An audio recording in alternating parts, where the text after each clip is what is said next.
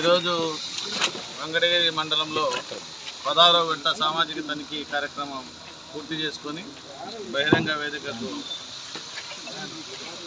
చేసినారు అందరూ కూడా. సో ఈ ఓపెన్ ఫోరంలో ప్రతి పంచాయతీ కూడా మొత్తం జరిగిన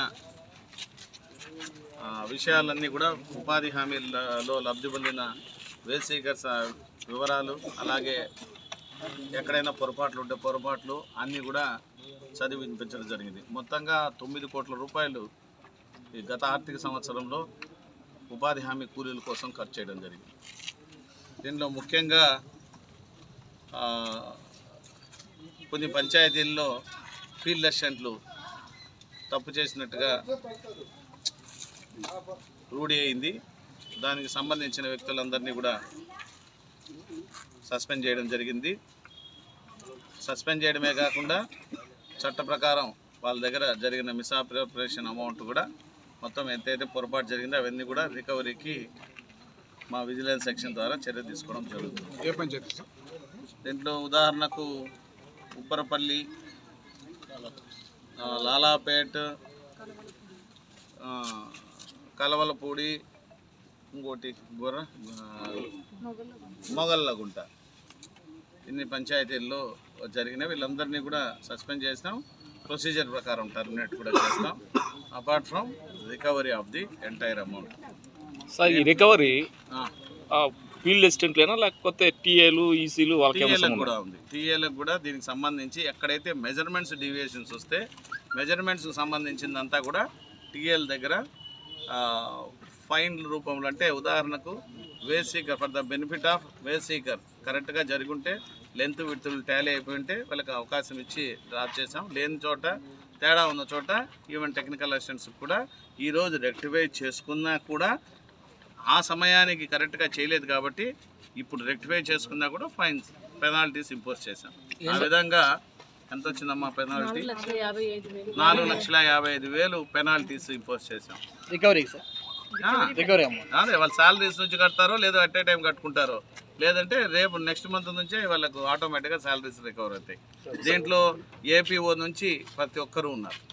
ఎందుకంటే based on the intensity of the mistake ఎవరి స్థాయి వరకు. ఉదాహరణకు 3-4 పంచాయతీల్లో సింగిల్ జాబ్ కార్డులో జరిగింది అని చెప్పారు. దీన్ని పసిగట్టకపోవడం అవన్నీ కూడా మేము శానిటేషన్ అని చెప్పి లాస్ట్ 2-3 months బ్యాక్ మేము చెప్పిన తర్వాత అవన్నీ కూడా శానిటైజ్ చేసి 500 జాబ్ కార్డుల వరకు రిమూవ్ చేసాం సింగిల్ జాబ్ కార్డు. అంతకుముందు జరిగిన పొరపాటుకు పూర్తి బాధ్యత వహించిన ఫీల్డ్ అసిస్టెంట్లను తీసేస్తూ వాళ్ళ దగ్గర రికవరీ చేయడమే కాకుండా ల్యాక్ ఆఫ్ సూపర్విజన్ పేరు మీద ఏపీఓ కానీ వాళ్ళపైన ఉన్న వాళ్ళకి కానీ అందరికి కూడా పెనాల్టీ ఇవ్వడం జరిగింది. సో ఇవే కాదు, ఇవన్నీ కూడా రేపు డీటెయిల్ ఎంక్వైరీ కూడా ఏపీడీకి కాల్ఫార్ చేసాం కొన్ని చోట్ల. ఒకసారి డీటెయిల్స్గా చూసుకున్న తర్వాత ఈవెన్ ఏ స్థాయి అయినా సరే ఉపాధి హామీలో ఒకటే అండి, it is very clear, NREGS act is purely for the wage seeker. So wage సీకర్కు బెనిఫిట్ చేస్తూ రూరల్ గ్రామీణ ప్రాంతంలో అసెట్స్ క్రియేట్ చేయడం దీని బాధ్యత.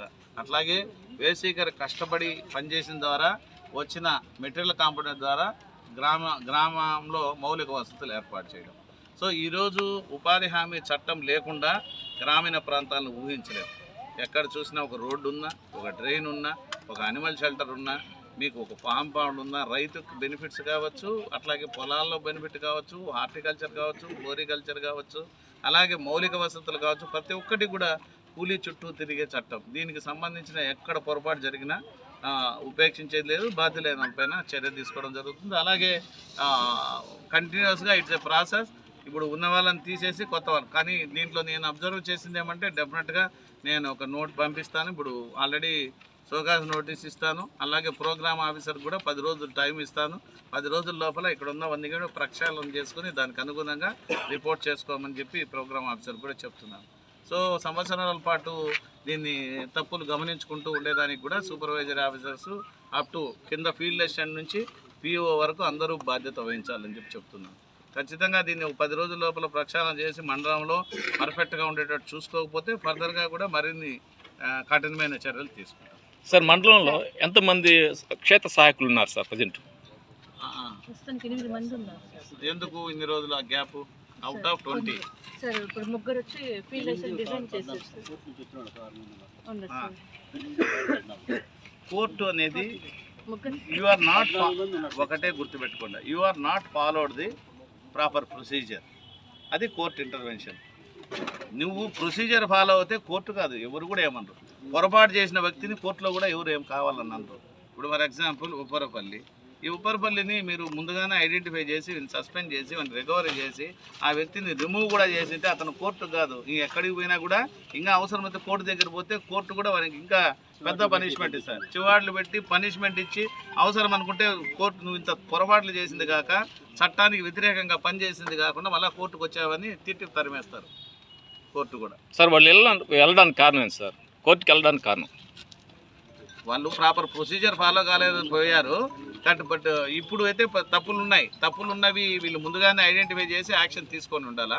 అది పొరపాటు. ఈరోజు ఓపెన్ ఫోరంలో యాక్షన్ తీసుకోవడం అనే పరిస్థితి రావడం అనేది ఇట్స్ నాట్ గుడ్ నేను నా అబ్జర్వేషన్లో. కాబట్టి ఖచ్చితంగా ముందుగానే చర్య తీసుకోవాలి వీళ్ళపైన. కాబట్టి ఇప్పుడు చర్య తీసుకుందాం కరెక్ట్గా based on the intensity of the mistake.